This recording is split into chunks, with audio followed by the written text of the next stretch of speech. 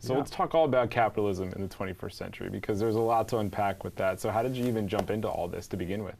Well, the book came out, Thomas Piketty wrote this book, Capital in the 21st Century, a huge 600-page economic textbook that surprised everyone, including him, by going to #1 in the New York Times bestseller list. And that caught my attention, and I had a copy of it and read it. And then I heard that a producer in New Zealand, which is where I'm from, was interested in making the film, and I asked if I could direct it. And was told to just go ahead and make a treatment, and we'll send it to Thomas and see what he thinks. And he liked it. That's awesome. So what here we are. What are the biggest challenges in boiling down a book that size into a documentary that's 100 minutes? Well, you see, so the book, they're kind of companions. It's not like the movie is the book. The book has over 100 graphs, it's got lots of economic formulas, it's academic, but it has a really good story. So the point of the film, what I did was read the book and just make notes about all the story points, and then did myself a timeline and started imagining traveling through time as part of the film. Because I've never seen a film that's charted the course of wealth over time. Definitely not. And I don't seem like an interesting story to me to follow wealth through time and how it impacts the social relationships and politics and health, education, and gender, ethnicity, all sorts of things are tied into this journey of wealth and what happens as our relationships with wealth change.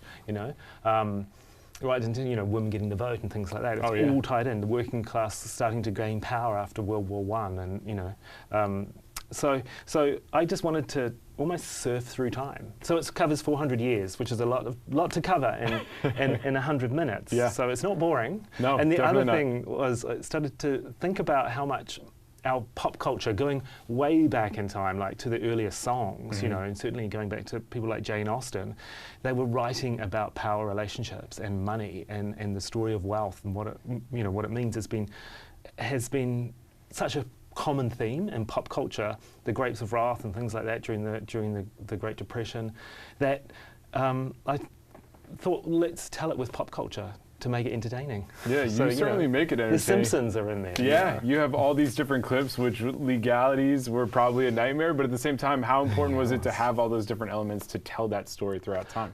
Well, I wanted to make something that I wanted to see.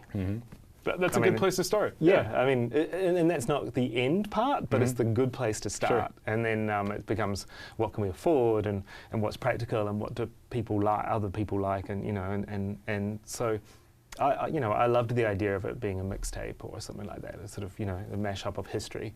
Because it's all the big moments in history, Totally. It's the biggest things. It's the World Wars, the Great Depression, it's colonization, it's slavery, it's, the oil shocks, it's, the beginning of neoliberalism, if you want to use that word. But we actually don't deliberately didn't want to use buzzwords like left and right and neoliberalism and stuff like that. Kind of leave it up to your own thoughts and opinions at the end, I guess. Well, yeah, and also to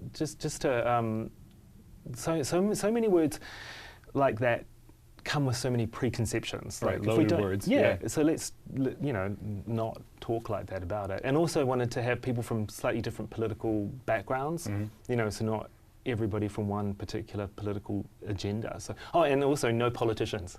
That's also a good thing. Yeah, we're going to take politics completely out of it. Yeah. And if you put anybody in there, it's obviously going to have that bend. But you have scholars, you have all these different people from around the world. Yeah, it's just exactly what happened in history. Psychologists, economists, political scientists. And they can tell a good story even though they're smart people. No doubt about it. So let's jump around to a couple different things, like the Industrial Revolution, for example. That was obviously a big point early on in the documentary. How do you think that transformed things in terms of societal structures and in terms of capital?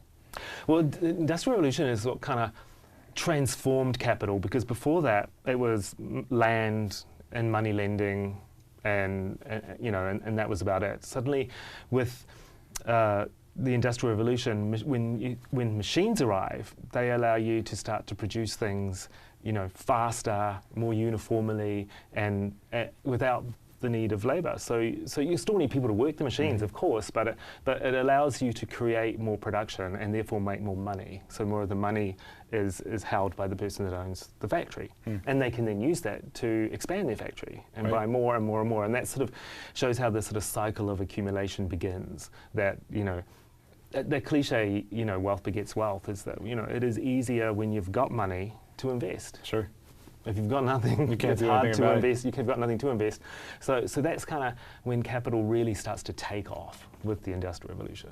And you mentioned when women jump in, because now it's a whole new group of people who are thrown in there as well. But what caught your interest about women just jumping into the workforce and really changing how we look at capital? Well, it was World War I, really, you know, that at that point, well, in World War II, the wars were a time when women had to enter the workforce. You know, men were overseas fighting, and there was it sort of changed the mindset of the fact that women can work, women enjoyed working, women became more independent, and sacrificed a lot as well. You know, and at that point, people want more participation in society, and that sort of, you know, after World War I, you get the 20s, which is a sort of a bit of a sort of sexual freedom and things like that. There's a lot going on in the 20s. A little party arrives, but then the Great Depression sort of kills that, and then we're back to war again.